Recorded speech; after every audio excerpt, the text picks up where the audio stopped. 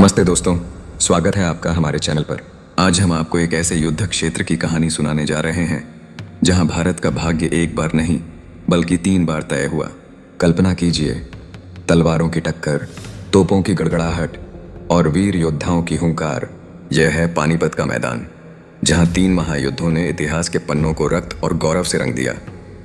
पहला युद्ध 1536 में, जब बाबर ने मुगल साम्राज्य की नींव रखी।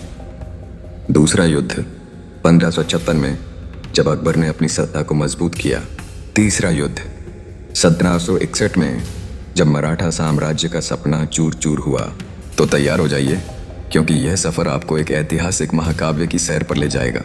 मध्य एशिया का एक नौजवान योद्धा जहीरुद्दीन मोहम्मद बाबर, जिसे हम बाबर के नाम से जानते हैं, वह फरगना का शासक था, लेकिन उसकी महत्वाकांक्षा उसे समरकंद और फिर भारत तक ले आई।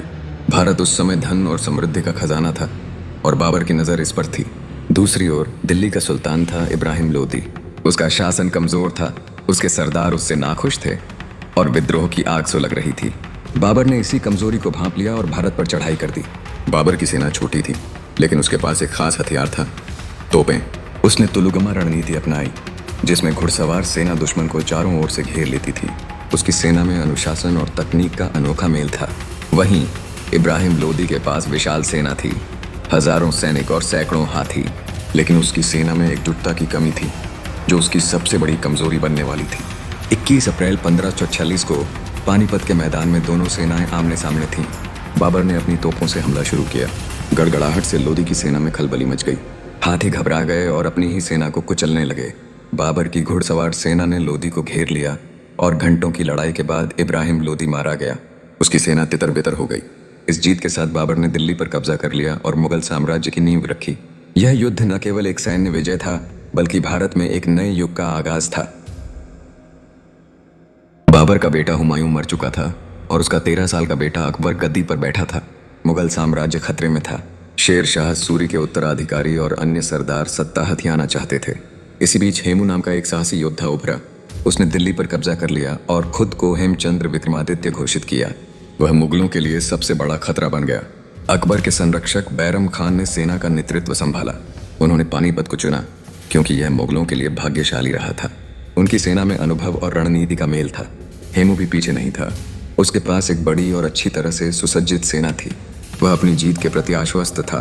5 नवंबर 1556 को पानीपत फिर गूंज उठा। हेमू ने शुरुआत में मुगलों को पीछे धकेला। वह हाथी पर सवार होकर युद्ध का नेतृत्व कर रहा था, लेकिन तभी एक तीर उसकी आंख में लगा। वह बेहोश होकर गिर पड़ा। उसकी सेना में भगदड़ मच गई और मुगलों ने मौके का फायदा उठाकर जीत हासिल कर ली। इस जीत ने अकबर की सत्ता को मजबूत किया और मुगल साम्राज्य को फिर से स्थापित किया। यह युद्ध अकबर के शानदार शासन की शुरुआत का प्रतीक बना। 18वीं सदी में मराठा साम्राज्य अपने चरम पर था। पेशवा बाजीराव के नेतृत्व में मराठों ने उत्तर भारत तक अपनी ताकत फैलाई, लेकिन अफगानिस्तान का शासक अहमद शाह अब्दाली भारत की संपत्ति पर नजर गड़ाए बैठा था। उसने रोहिल्ला और अवध के नवाबों के साथ गठबंधन किया और मराठों को चुनौती दी। मराठों की सेना का नेतृत्व सदाशिव राव भाऊ कर रहे थे। उनकी सेना विशाल थी, लेकिन आपूर्ति की कमी एक बड़ी समस्या थी। अब्दाली ने चालाकी से मराठों की आपूर्ति लाइनों को काट दिया, जिससे उनकी सेना भूख और थकान से कमजोर हो गई। 14 जनवरी 1761 को पानीपत का मैदान फिर खून से लाल हो गया। यह युद्ध इतना भीषण था कि दोनों ओर से हजारों सैनिक मारे गए। मराठों ने शुरुआत में जोरदार टक्कर दी, लेकिन अब्दाली की सेना ने उन्हें धीरे धीरे पीछे धकेल दिया। अंत में मराठा सेना टूट गई। इस हार ने मराठा साम्राज्य को गहरा झटका दिया। यह उनकी शक्ति के पतन का प्रतीक बना। इस युद्ध के बाद भारत में अंग्रेजों का प्रभाव बढ़ने लगा। पहला युद्ध नई तकनीक और रणनीति की जीत। दूसरा युद्ध नेतृत्व और संयोग का खेल। तीसरा युद्ध तैयारी की कमी और गठबंधनों का महत्व।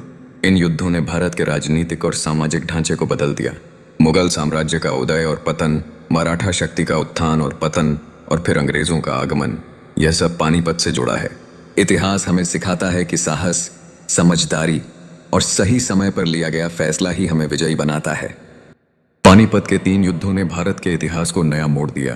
पहला युद्ध मुगल साम्राज्य का उदय, दूसरा उसकी बहाली और तीसरा मराठा साम्राज्य का पतन। अगर आपको ये कहानी पसंद आई तो वीडियो को लाइक करें, चैनल को सब्सक्राइब करें और अपने दोस्तों के साथ शेयर करें। अगली बार मिलते हैं एक नई कहानी के साथ। नमस्ते।